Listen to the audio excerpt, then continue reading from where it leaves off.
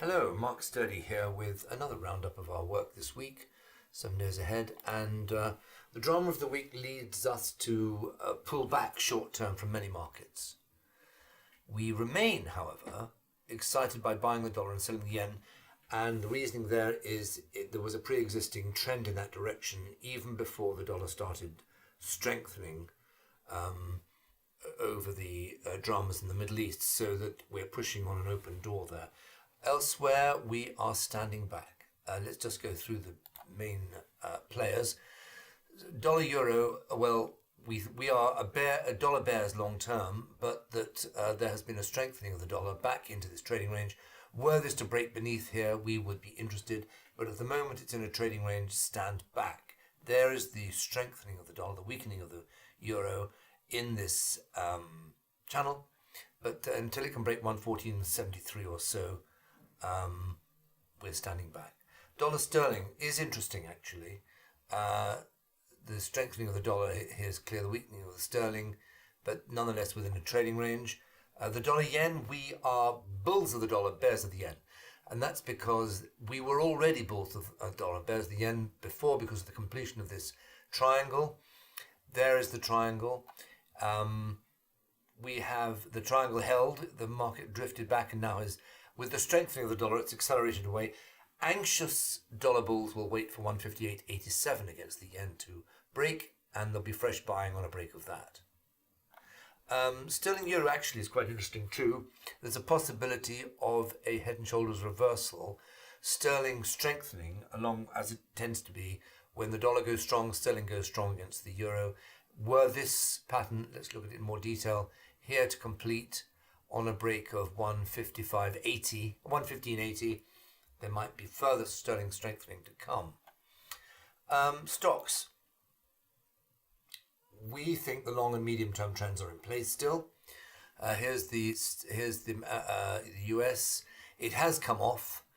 There is no important level really until it comes down to 6,500, 64.56. That is the first test of the strength of the market. We're far from testing it. Unlike, of course, it has come down quite rapidly. There's a gap formed, and this would now, there's good resistance around 68 for any strengthening of the American markets. Equally, there's a long way to go before the markets reveal themselves to be weak or otherwise. Not so with EuroStoxx50. It is right now, right back on the very long-term 55.24 support from the year 2000 and more recent 55.75. It is sitting on this support here. Were this to break, it would be very bad news for the market. And that should be closely watched. That's the weekly chart. Here's the weekly June future, 54.95. Two gaps have opened up. Watch carefully as to how the market behaves around 54.95. FTSE has been less. Here's the long-term chart quarterly. Here is the monthly chart. It's reversed the month's gains only so far, far above where the market has to break for the bearishness to be bullishness to be obliterated. So it's a long way above critical supports. There is a medium-term support here, 99.62, but nonetheless, although the market's come down steeply and sharply, the first point of reference is 99.62. Until that breaks, very little evidence to how weak the market is. Compare that with the Dow Jones Eurostoxx, and you'll see that very much more important supports are in play there. Nikkei 225 similarly, it's down to a medium-term support here, but the major level equivalent, you might say,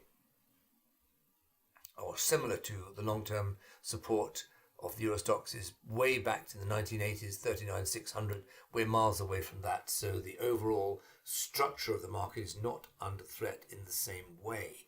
It is, of course, bearish, has broken this medium-term support. It is on support, medium-term support, or rather short-term support, I beg pardon, 52,650.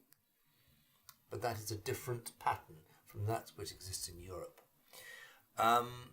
Bonds trading range in the US, rather undramatic. It has prices have dropped and yields have risen, but as yet nothing significant chart-wise.